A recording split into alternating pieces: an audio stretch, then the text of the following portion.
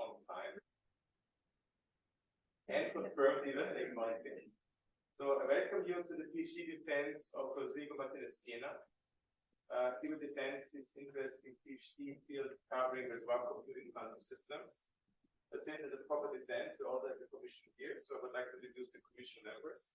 We have Ira Sevala from the Barcelona Supercomputing Center, and we have Ludmila Grigorieva from the University of St. Gallen.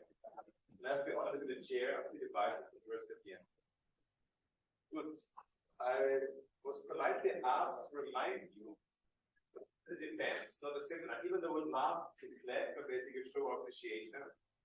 It's an official event, therefore I would like to ask you to basically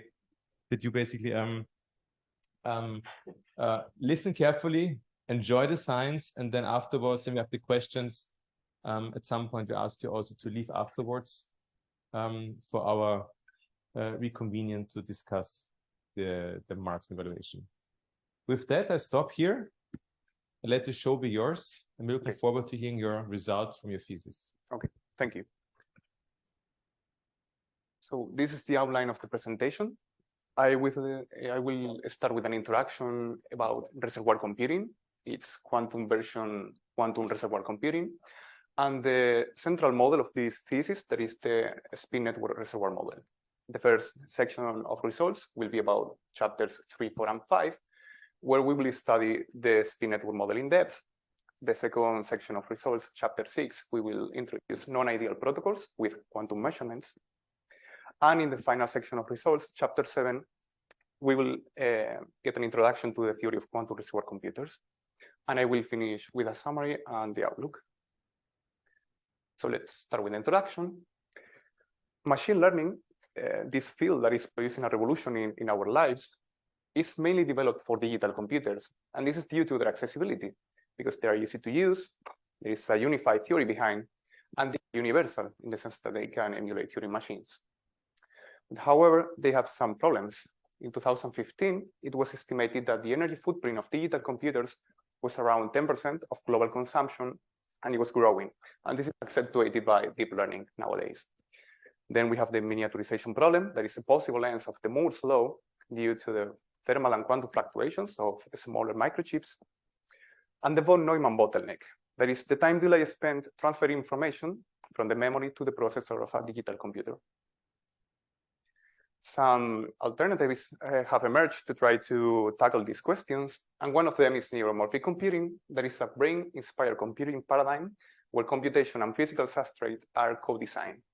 And as such, it is characterized by energy efficiency, co-location of processing and memory, avoiding the von Neumann bottleneck, and parallel computation. Obviously, machine learning is already taking advantage of this progress, and we find reservoir computing as an example. So what is reservoir computing?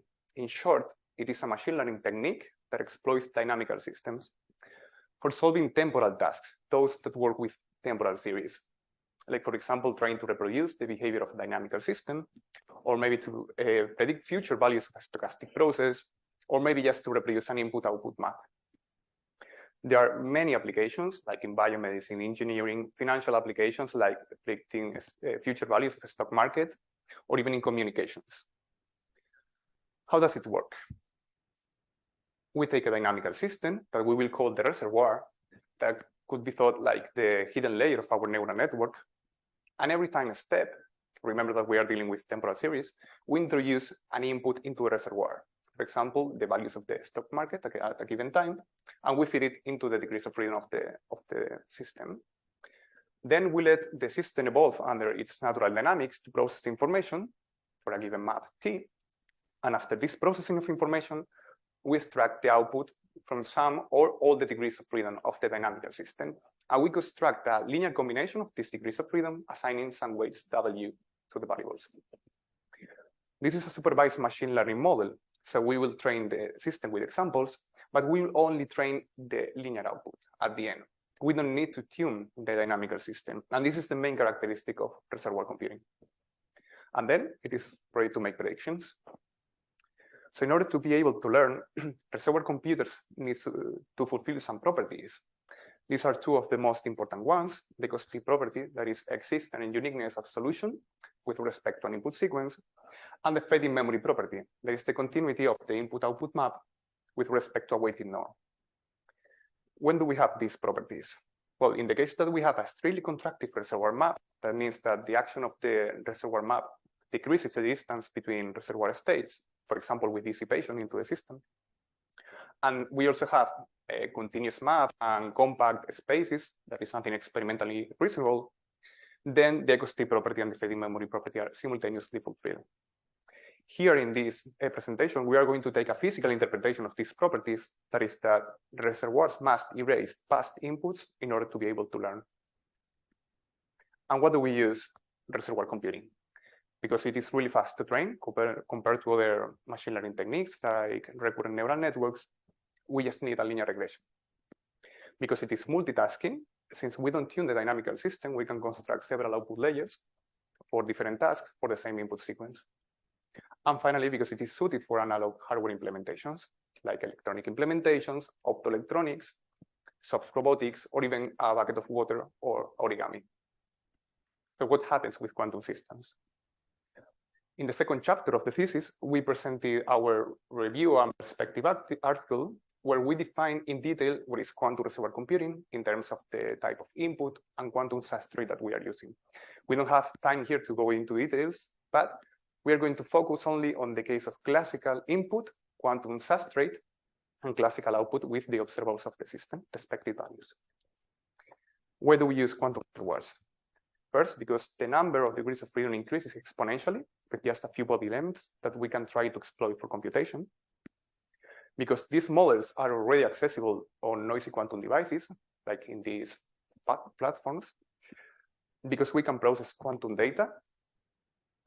Because we could try to find some quantum advantage over classical platforms. This is the first proposal of a quantum reservoir that was given by Fuji and Nakajima in 2017. That is the transverse field Ising model.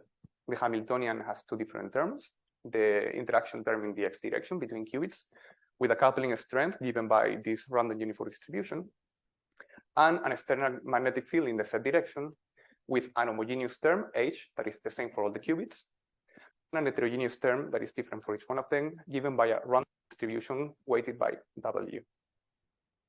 Now we introduce the input and the output to the algorithm, and every time a step, we rewrite the state of one of the qubits that we will call qubit 1 as a pure state with amplitude encoding in the basis states of the set basis of the qubit.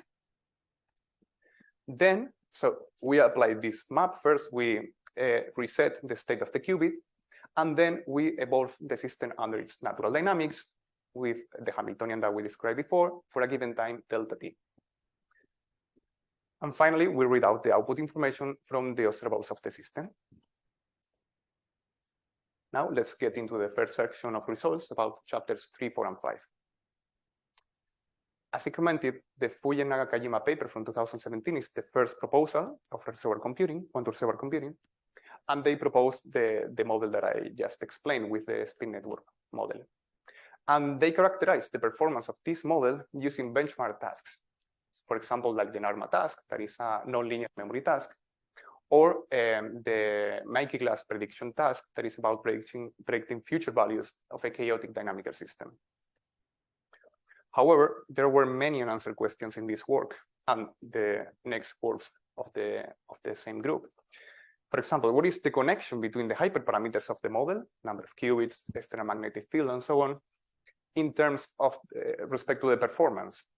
There was no clear connection. Then, what is the computational capabilities of this model beyond single qubit observables? In these papers, they just used the spin projection in the z direction of the qubits, and it wasn't clear only from these benchmark tasks what they could do. And finally, what is the form and origin of nonlinearity? Quantum mechanics is linear per se, but they were solving nonlinear tasks.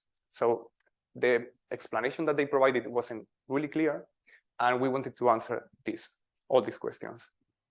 So the setup for this section is the spin network model that we explained before, an output layer made of spin projections and correlations, first and second order moments, and these observables will be obtained in the ideal situation with no back action and no statistics.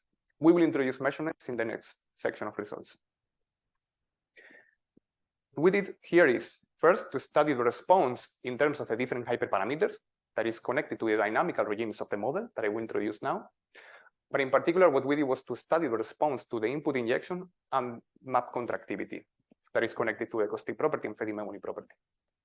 Then we also studied the effect of the input injection rate, that is a very important hyperparameter of the model.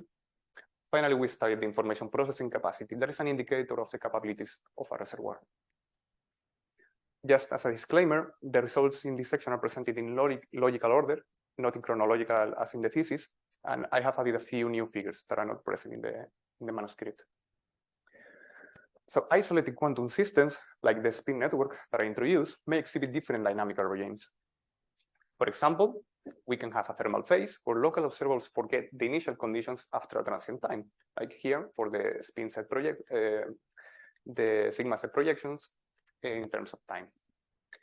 The stationary values that the observables reach are predicted by statistical mechanics. And the intuition behind this behavior is that the subsystems, the small part of the system, are using the rest as a bath.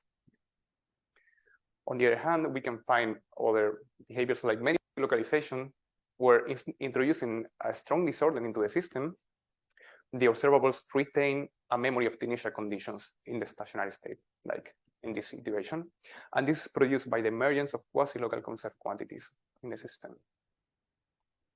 So let's compute the dynamical regimes of our model. We take 10 qubits. Here I'm showing the phase diagram in terms of the other parameter, R, that is given by random matrix theory. It's related with the eigenvalues of the model. In terms of H, the homogeneous extramagnetic field, and W, that measures the strength of the heterogeneous part. We can see that there are 4 different regions. 2 of them are the thermal regions, where local observables forget the initial conditions, and localized regimes where they retain the memory of the initial conditions. So now that we have seen the dynamical regimes, let's introduce the input and the output, and we will study the response of these observables, the spin projections in the z direction, with respect to the input in terms of these dynamical regimes. So we take the same system with 2 extreme cases, the thermal phase and the localized phase. Here I'm showing a window of time of the dynamics of the observables for 3 different input injections. And as you can see in the left picture, we introduce the input in the red line, and then all the qubits, the other 9 qubits, follow the trend of the qubit while being different. There are fluctuations in the dynamics, and they follow the trend. However, in the localized regime, after introducing the input, the system is still completely frozen, it doesn't move, and the other qubits don't follow the trend. So here we are observing that the thermal phase is appropriate for a good driving of the system, while localization is freezing the dynamics. And the cause behind this behavior is the role of conserved quantities in the model, in the different regions. What about the nonlinear response of the observables? So we have seen that in a couple of papers from previous work and in the chapter 5 of the thesis, that the nonlinearity is introduced by the input protocol. So in the model that we are studying, the spin network model, at a given time step, the nonlinearity is introduced in this way. So there is a independent term of the input, a linear dependent term where sk is the input, and a nonlinear dependent term with this form. So observing this equation, these 3 terms depend on the unitary dynamics and previous input codifications. So we wanted to see what elements could affect this nonlinear response of the input. We studied this for the observables, for the local observables of the system, and in particular, we take 2 different qubits. Qubit 1, in terms of the input, for the 2 extreme cases, the thermal case in blue and the localized case in red. I'm showing here the Z projection and the X projection. For the first qubit, as you can see, independently of the dynamical regime, there is a response, linear for sigma Z and non-linear for sigma X. And this makes sense because we are introducing the input information in the first qubit. So if it didn't work, it means that the codification is wrong. Okay, it's working. However, if we take another qubit from the network, like the 4th qubit, the thermal regime shows a dependence, okay, linear and nonlinear, but in the localized regime, there is no response at all. And this is true for other observables like correlations and so on. So localization is inhibiting the transmission of the information And then non-linearity is not only affected by the input injection protocol, but also by the election of observables, as we have seen here, and by the dynamical regimes that we have in the model. Now we leave behind the input response of the model, and we move to the map contractivity. As we commented before, echo state property and fading memory property are related with the erasure of past inputs and the contraction of the map. So let's evaluate the contraction of the map. We compute the distance between random initial density matrices that we computed with Frobenius norm for the same system with 10 qubits in terms of the two hyperparameters that we were using before, the external magnetic field, homogeneous and heterogeneous. As you can see, the plot is very, very well. Here I'm showing the distance for 200 time steps and several realizations. So this is the average. And as you can see, the plot is very, very similar to a phase diagram. So it's clear that the thermal phase is enhancing the contraction while localization is slowing the contraction. And this is due to the fact that we are not allowing the system to spread information. So the action of the map is not contracting properly. There is no way of contracting more than before, than the previous time step.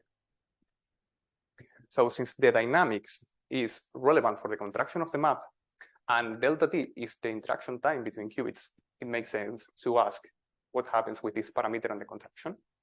So we take now the two localized extreme cases and the thermal case, and we plot again the distance between random initial conditions for a given number of inputs in terms of different orders of magnitude of parameter delta t. For the localized regimes, there is almost no effect of delta t, but for the thermal regime, for short delta t, we have the same problem. There is no contraction because we don't allow the system to spread information. But if we take a long enough delta t, there is a threshold from which contraction happens almost at the same rate. So there is a threshold that is related with the relaxation time scale of the system, while the localization is almost independent of delta t and it's slow. And this relaxation time scale, as I mentioned, is so the threshold value is related with the relaxation time scale of observables. So once we have characterized the physical properties of this model, our input response and map contractivity, we can ask what happens with the capabilities of the model in terms of these properties. And even more important, how to characterize them, because in reservoir computing, there is no straightforward way of characterizing the complete response of a model in terms of different tasks. There is a possible strategy that I commented before, that is to study benchmark tasks that the community accept as a proxy of the response of the system, of the capabilities that we have also applied. But here we're going to take a different approach, that is to use a quantifier, an indicator that gives a more complete description. That is the information processing capacity. There is a quantifier of the nonlinear input history that can be stored in a reservoir for a given input distribution. So in order to measure the IPC, the information processing capacity, we need to define some target, some task, and this will be given by products of orthogonal functions. In our case, we will work with Legendre polynomials with a uniform input distribution. So to compute the IPC, we need to sum capacities of this form, where we have the target sequence here, and the other variables are the prediction sequence.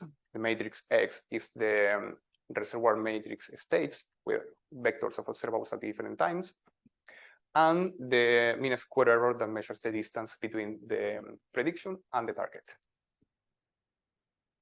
In the original reference, where this was proposed, information processing capacity, it was demonstrated that the total information processing capacity, the sum over all possible targets, and for very long input sequences, is bounded by the number of observables of the output layer. We cannot get more memory than the number of observables that we have, that we are using. And this bound is saturated when we have fading memory, the fading memory property. So we come back to the parameter delta t, and we evaluate the effect of this hyperparameter on the information processing capacity. We take now a smaller system, 5 qubits, close to the thermal regime, and we use the spin projections in the z direction like previous papers did. So the output layer is made of 5 observables. we plot the total capacity normalized, so this is divided by 5, against the different values of the parameter delta t. And I'm sorry, the different colors represent the different non-linear memories of the system. So 1 is linear memory, 2 is the non-linear memory of second order, and so on. We can see that the IPC is not saturated for a small delta t, and again, this is produced by too frequent injections because we don't allow the system to spread information. Then it's like we are hindering the fading memory of the system. However, if we take a long enough delta t, we surpass the threshold of the relaxation time scale, and the IPC is stabilized. We obtain a stable configuration of memories of the system. What happens for other observables if we compute the IPC instead of only sigma set projections? We take again 5 qubits with a long enough delta t for relaxation, and we compute the total capacity, here normalized and here in absolute value, in terms of different output layers, like made of only X observables, sigma Y, sigma Z, and combinations of them, or even with correlations. In all cases, we observe saturation. This means that we have fading memory and everything is working fine. But again, we see that non-linearity depends on the choice of observables. It's not the same to take the sigma Z projections than using sigma X. Finally, we want to evaluate the effect of the external magnetic field over the information processing capacity. And for this, we take 2 different transitions, the phase transition between localized and thermal between regions 3 and 4, and from thermal to localized in terms of W. And we use an output layer made of spin projections in all the directions and correlations in the Z direction. I'm showing again the total capacity normalized by the number of observables against the hyperparameters that I just mentioned for the phase transitions. Here in the localized regimes, we observe a similar behavior to the case of delta t, that the IPC is not saturated, and this is due to a slow contraction. Again, the hindering of the fading memory is avoiding the saturation of the total capacity, while there is a stable configuration in the thermal regime. And even more important, the trade-off at the transition between the regimes that could be exploited for some tasks. So let's summarize the results of this section. We have seen that dynamical phases of closed quantum systems have a strong influence on reservoir computing properties. In particular, we have seen that the thermal phases are naturally adapted for reservoir computing, and localization is detrimental. We have seen that the injection rate has a significant effect on the thermal regime, like here in the IPC. And we have also demonstrated that information processing capacity is a proxy of the capabilities of the model. For example, observing this behavior at the transition that could be exploited for solving some tasks. Now we get into the second section of results about non-ideal protocols. In the previous section, we didn't use measurements to obtain the observables of the system, but we were wondering how could we efficiently monitor a quantum reservoir and at the same time extract meaningful information. And let me explain this. So in reservoir computing, once we have trained the model, it is supposed to work online in the sense that we feed input information and we extract outputs without halting the algorithm. However, we have in quantum mechanics, we have quantum measurement. That means that every time that we measure the system, we disturb it and we destroy information. So if we have a superposition state, for example, for a qubit, and we project it, we measure it, we will get a classical state, spin up or down, or 0 and 1. And in order to get information about expected values of observables, we need to repeat the measurements several times. So we were wondering, could we perform online processing without halting the algorithm in the quantum case? We knew that we needed to introduce back action into the algorithm, but there were no previous references about this. So we tackled this question. We start from the spin network model that we introduced before. Now we have removed the heterogeneous term of the magnetic field, only H. Again, the output layer is made of spin projections and correlations. And now we introduce an indirect measurement scheme that I will explain in the next slide to measure the observables. In this section, what we did was to study 3 non-ideal protocols. And in particular, we propose the online protocol, that is to process temporal information without halting the algorithm, actually without even buffering the input sequence. And then we will characterize the performance of these protocols under under the number of measurements and the measurement strength of the measurement protocol. These are the three protocols. And the first one is the restarting protocol. That is like the more naive implementation that is implicit in all the quantum supercomputing implementations so far. That is based on restarting, initializing the system every time that we measure. So we initialize the system, and in reservoir computing, every time that you start, you need to wait a given time, tau here, to erase the information of the initial condition, because once you have erased the initial condition, your system is optimal for learning. So we wait this time tau, we feed the next input, natural dynamics, and measurement. Quantum measurement distorts the system, so we initialize the system.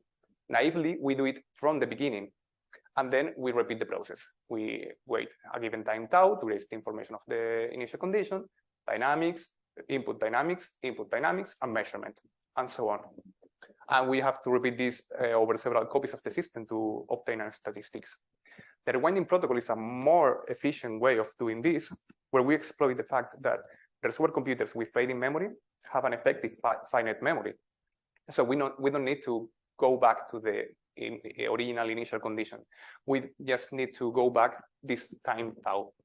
So we apply the same process. We start from a given input, wait the washing out time, and measure the system. We disturb the system, so we need to start again, but we do it from the next input from which we started before. And finally, the online protocol is the one that we propose, where we want to process temporal data without halting the algorithm. And as I said before, even without buffering the input sequence. So again, we initialize the system, wait a given time tau, and after erasing the information of the initial condition, we introduce an input, natural dynamics, and monitor the system, and we continue.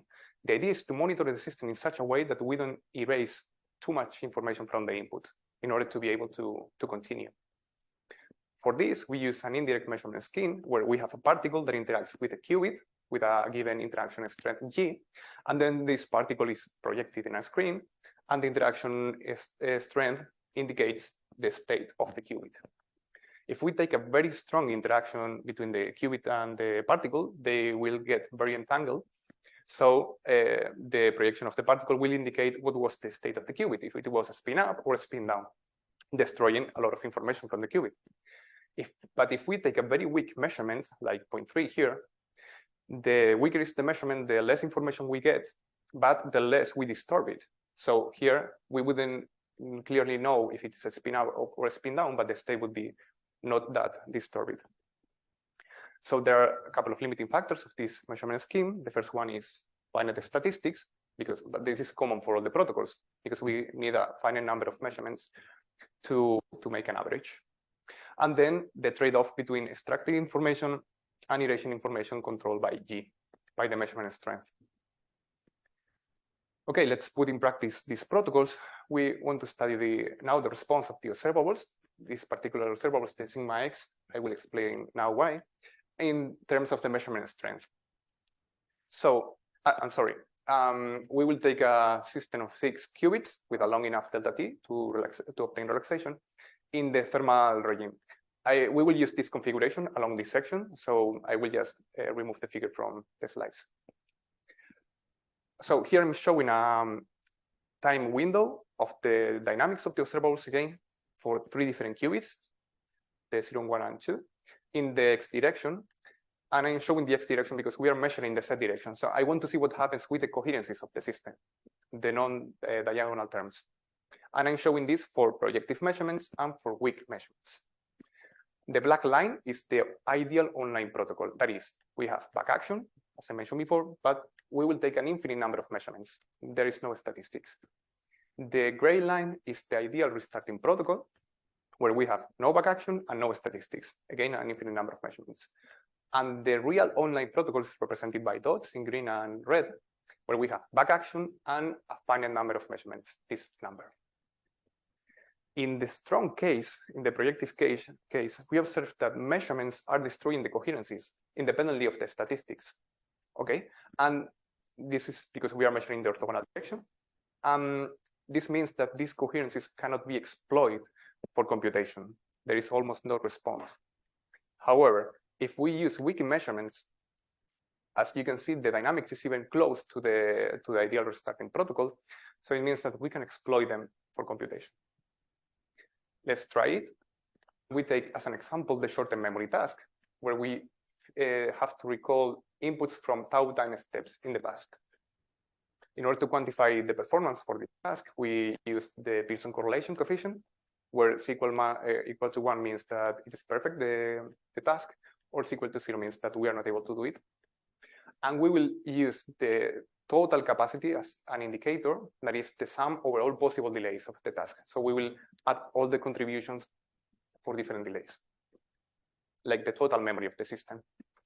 So we plot this total capacity against the measurement strength, where for small g we have the weak measurements, and for very strong g we have projective measurements. Here I have the 3 different protocols. In black we have the spin projections, the single qubit observables, and in purple we have the 2-body observables correlations. The rewinding and restarting protocols are here for g equal to 10, the cross and the star, because we don't need to use weak measurements with them. We are initializing the system. We want all the information. But for the online protocol, we will evaluate in this window of G.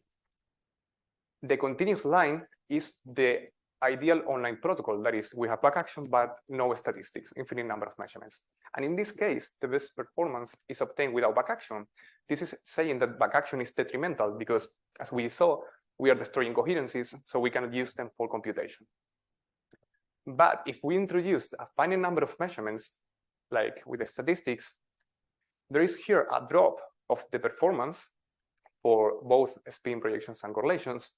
And this is due to the statistical uncertainty that is diverging with G close to 0. That is that for a given number of measurements, the weaker is the measurement, the less information we get. So we would need more measurements in order to recover the information. In fact, in the ideal case, we have an infinite access to the state of the qubit. So that's why it performs better without G.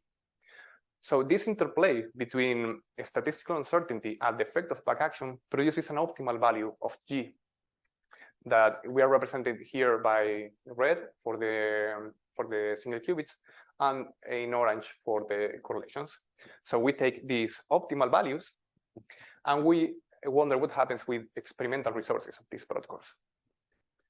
Here I'm showing again the total capacity in terms of the number of measurements of the model, of the protocols, and also the experimental time. Experimental time is an estimation of the number of steps that I have to repeat the protocols in terms of the number of measurements, the number of times that I have to initialize the protocol, and so on. And I'm showing the results for the spin projections, the single qubits.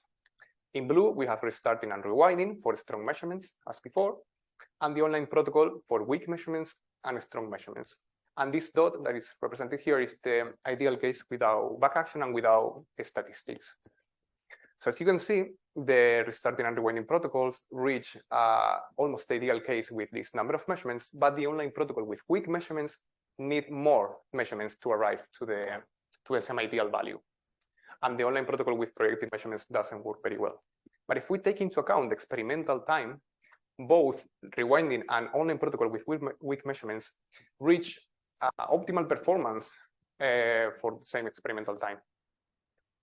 While the rewinding, the restarting protocol doesn't work very well because it needs more time. If we plot now the correlations, again, the restarting and the rewinding protocol reach performance close to the ideal value, but they need now a bit more of resources, like 1 order of magnitude more to reach the same performance. And the correlations in this case of the online protocol with the optimal value, G.5, need even more resources to reach this ideal case. But in any case, we could try to tune hyperparameters of the model to get a better performance. Let's summarize the results of this section. So we have proposed an online protocol that is to process time series without halting the algorithm and without buffering the input sequence. We have demonstrated that weak measurements allows us to exploit coherencies in this online protocol, while projective measurements destroy them.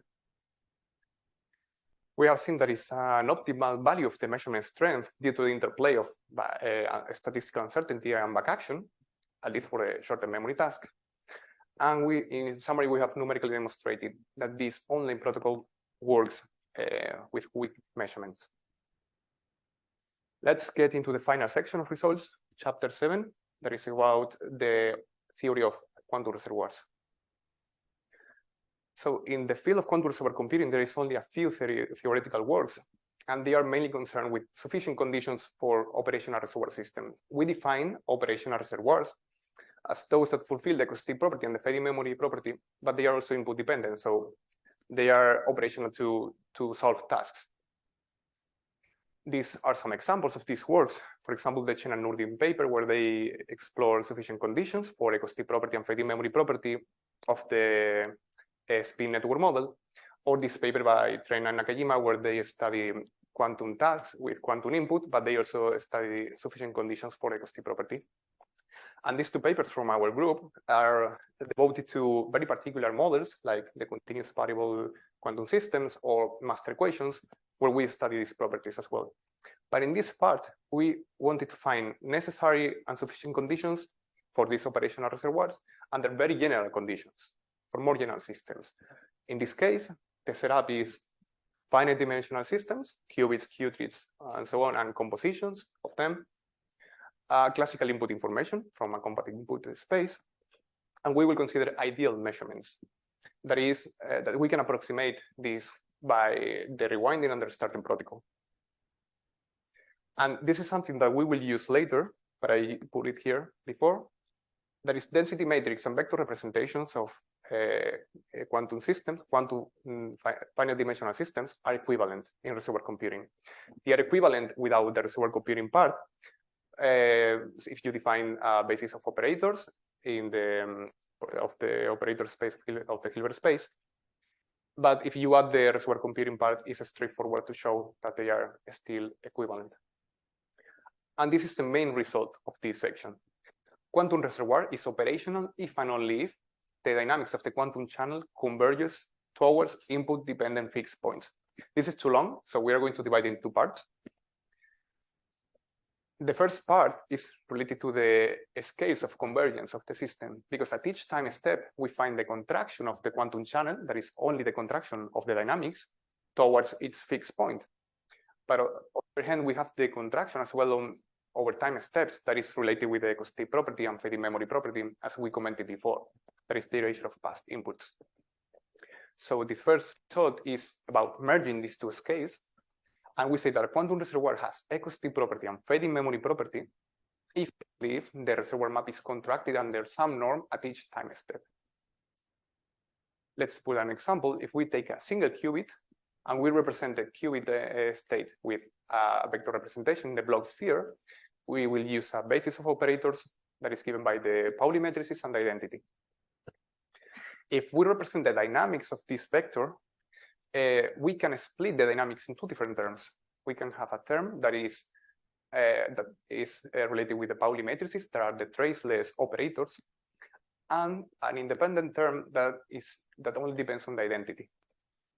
Doing this, we can find a condition in the literature that is given in this book, where the induced norm of this matrix, so the contraction of this equation happens if and only if this condition is fulfilled, that the induced norm of this matrix is smaller than 1, where the induced norm is defined as the maximum value of the action of the norm of the map over vectors, the action of the matrix over vectors. Yeah. And of course, there is an equivalent condition of this in the density matrix form. The second result is that a quantum reservoir with acoustic property and fading memory property, so we have this induced norm smaller than 1, becomes input dependent if and only if the quantum channel has a unique input dependent fixed point. So if we represent the map of the quantum channel in matrix form, we need to have a unique rho star that we call rho star the fixed point, and this fixed point has to depend on the inputs. And the intuition is that if we have convergence, contraction, this contraction is making the system approach an attractor. But if we want to drive the system over several time steps, you need that these attractors depend on the input. Otherwise, you get to a dead state. And let me show this with an example. If we take a single qubit with a master equation, where we have the unitary part and dissipation given by spontaneous emission, you can try to use different unitary dynamics to define the input. And if you take the z direction for codifying the input, where h depends on the input, and if you use a linear formula here, you get that the stationary state of this equation, the stationary value for each time step, is spin down. If you feed inputs to the system, you can see the dynamics of the system approaches this state independently of the input. However, if you take the x direction for the input codification, the stationary state of the qubit is given by this formula, where hk is the contraction of this h, and you get an input dependence because it is moving with the attractor. So in both cases, actually, we have acoustic property and fading memory property, but here the design was crucial to get an input response, an operational reservoir system. Let's summarize this part. We have seen that different representations, like the block vector representation, allows us to get a better insight of reservoir computing properties, and in particular, we proved that our quantum reservoir is operational if and only if the dynamics converges towards input-dependent fixed point. And this is important for the design of quantum reservoir computing models, because this simple change of direction of the input codification just modify the behavior completely. Now, let's summarize the presentation and provide an outlook. We have seen that reservoir computing is an alternative for conventional computers to process temporal data. And in particular, we saw that quantum reservoir computing is a promising direction to obtain a competitive performance with just a few resources. And in this thesis, here I summarize our contributions. So we have, at the first section, we have understood some of the properties that make quantum reservoirs useful, like the dynamical regimes, the nonlinearity, and the input injection rate. Then in the second section, we have analyzed and proposed non-ideal protocols introducing quantum measurements and introducing the online protocol in such a way that we can process temporal information without halting algorithm. And finally, we have developed the theory of quantum reservoir computing by analyzing these conditions that make reservoirs operational. For the outlook, let me start with the experimental implementations. So since the beginning of the field, there have been proposals for quantum reservoir computing experiments. And in fact, Fuji and Nakajima, the authors of the first paper, they perform a proof of principle experiment with nuclear magnetic resonance platforms where they solve non-temporal tasks. So it is a stream learning machine, in fact. But they proved that they could use these platforms. And then a few years later, the IBM quantum implementations started. So we have, even up to this year, implementations of IBM quantum computers, where they have this naive restarting protocol in the implementations. But this last year, we have seen the emergence of new devices and new proposals like quantum main restore by the group of Philip Walter that can be used for quantum reservoir computing experiments.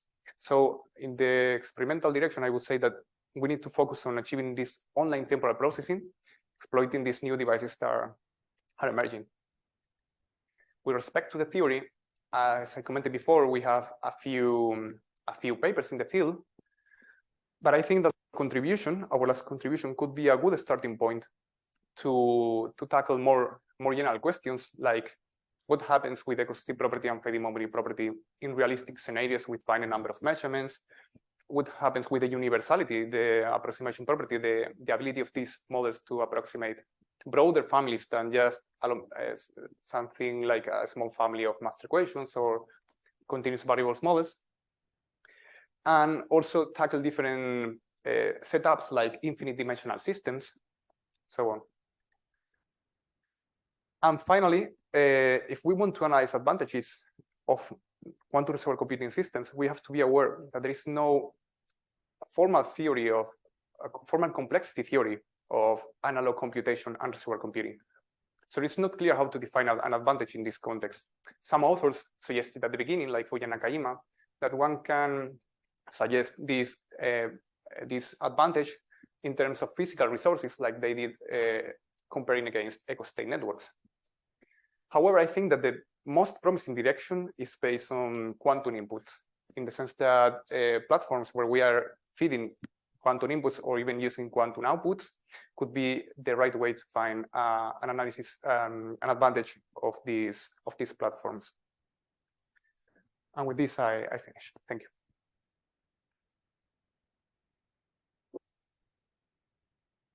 Thank you very much.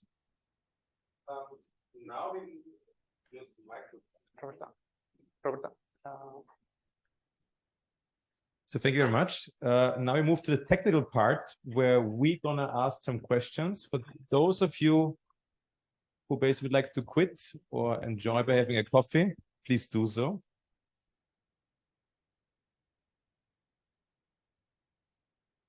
Okay.